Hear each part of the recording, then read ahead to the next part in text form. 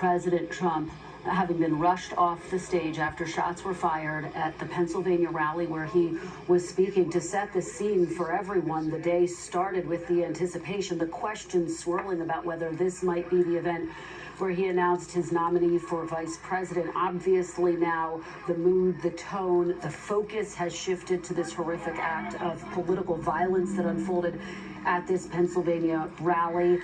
President Biden did address the nation just a short time ago, saying this is unheard of. Everybody must condemn it. He said he had tried to speak with the former president, had not been able to, but is continuing those attempts. He's also getting briefed. I want to go to our senior White House correspondent, Kelly O'Donnell, who is following all of this along with us.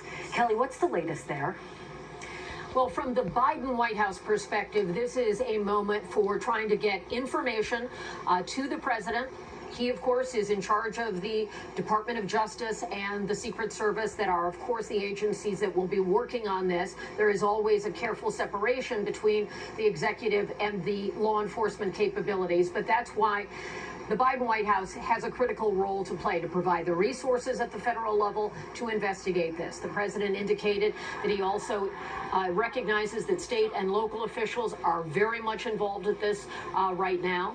Part of what will be a question going forward is what is the immediate change, if any, to the political calendar that is scheduled for this week, with the Republican National Convention expected to be in Milwaukee with lots of important events. Obviously, a full assessment of what is the condition of the former president right now. We don't have confirmed reporting yet about the state of that. When he left this event site, as the video indicates, of course, he was taken and has the resources around him for medical care. President Biden has said he wishes to speak to Donald Trump tonight. That can happen whenever the two are able to connect. That is not necessarily a vital piece in terms of next steps, but it is the kind of gesture and important connection that actually does send a message right now that this is not about the politics of the moment and that there are bigger issues here, with the current president and several former presidents talking about no room for political violence. We're hearing that from many elected officials on Capitol Hill as well. And right now we're in a period of a few different streams of information. What is the investigation producing? What is known about the shooter involved? The extent to which this was some kind of an organized attempt? Were there others involved? All of those questions need to be sorted out. Then there's the political fallout. There is typically a quieting period after an unexpected event.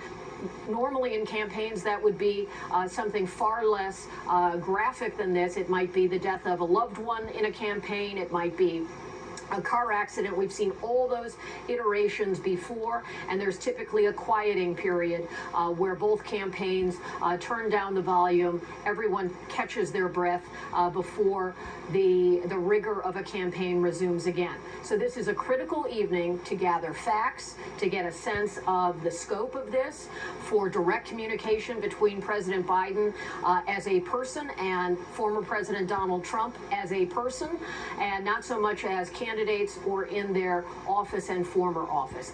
That's part of what's playing out here. Now, the president indicated he would speak again or communicate again if there were further developments, and there are questions to be identified about what next steps there should be and are all the resources there. Even a question about where does former President Trump go in the immediate hours ahead. He, of course, was on the road as a candidate in Pennsylvania. What is the immediate plan for his next steps? Presidents and former presidents have not only a lot of security around them, but often their homes have additional security as well. So finding a way to safely transport him, making certain of his medical situation, and then the necessary communication between the White House and the former president. Those are the things we're watching.